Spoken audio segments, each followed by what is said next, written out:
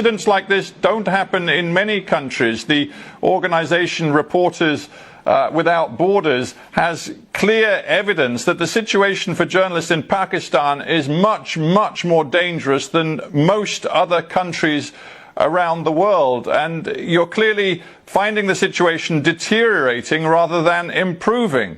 What are you doing about it?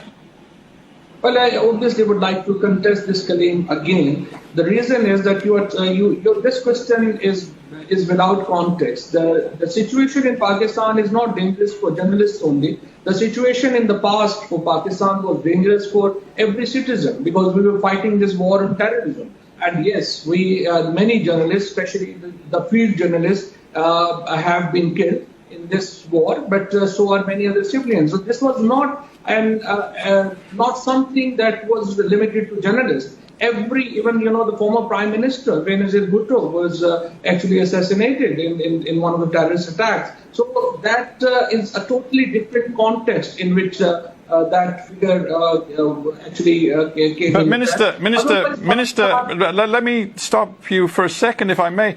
The people who are carrying out these attacks on independent journalists are not the people you call terrorists. They are people who are working for the state. They are involved in the security and intelligence services. Reporters Without Borders says, quote, "The influence of the military establishment, which cannot stand independent journalism, has increased dramatically since Imran Khan came to power. Impunity for crimes of violence against journalists is total."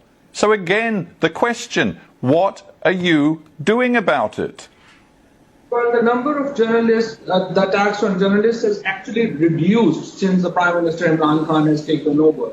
And when you name any Pakistani organization or intelligence agency, you are bound to produce evidence of that as well. So all the incidents, those as you have mentioned, were investigated, and actually in most of the cases, the culprits were apprehended. But in these two incidents that you have specifically mentioned, even investigation has not concluded. So I don't know under what pretext you have concluded that the state must be involved in this case. I don't see any reason of this conclusion that you have opted to reach.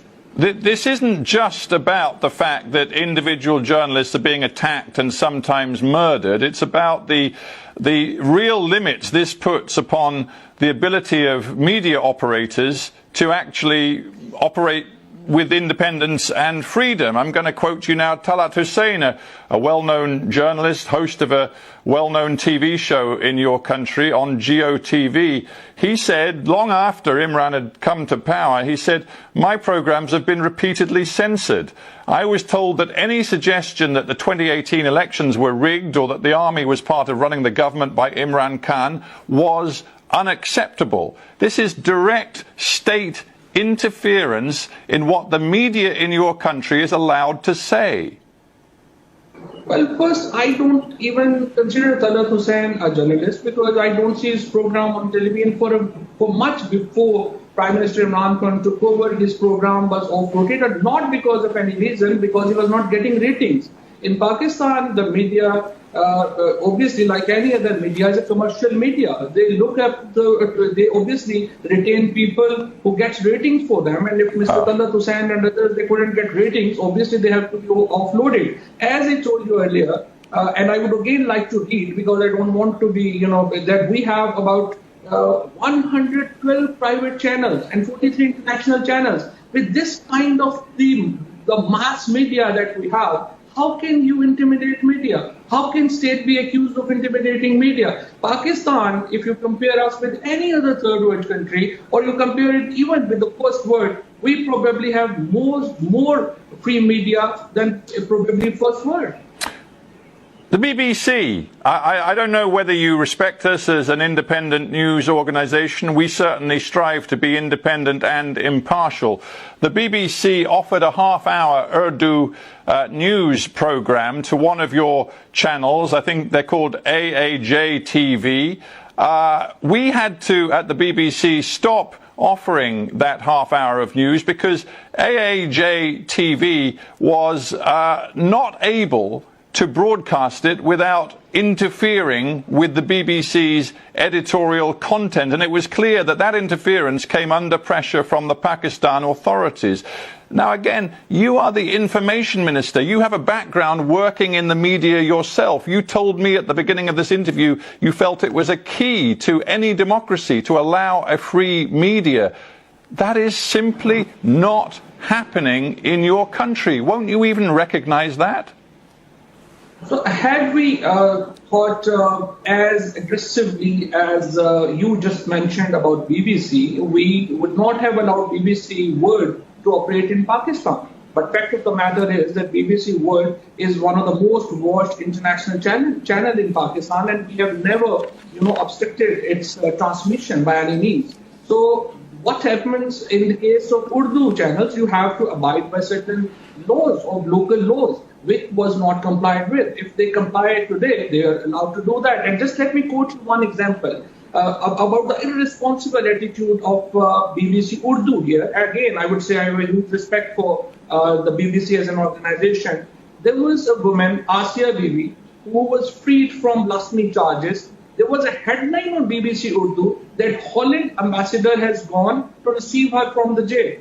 So the Holland embassy had to close down for 10 days because they got threats after that news, and that news was totally wrong. And unfortunately, BBC took no action against their own people.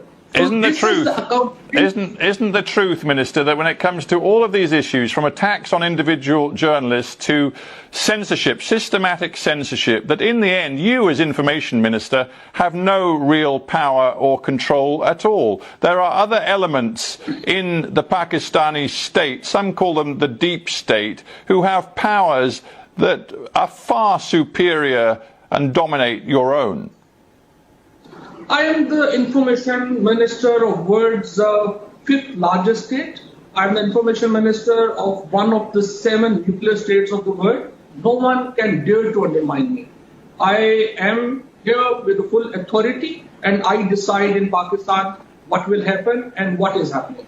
So can we say that it's your personal responsibility then, this new set of internet regulations that came into force towards the end of last year, which according both to independent media analysts and to some of the world's most powerful internet media companies, including Google and Twitter, are extremely damaging to freedom of expression and reach a new level of state control on freedom of expression online in your country?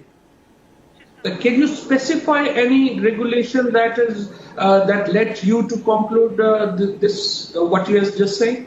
Well, to be specific, under the new regulations, social media companies, internet service providers, they face huge fines of millions of dollars for failure to curb the sharing of content which, to quote it, is deemed to be defamatory of Islam, promoting terror, hate speech, or in any content viewed as endangering national security. You add up all of those subjective delineations together, and it gives the state enormous power to censor what is seen online in Pakistan. Well, frankly, hate speech is a universally recognized thing, is a universally recognized fact that has to be curbed, and all the states are under, and organizations are under the duty not to allow hate speech. As far as the rest of the law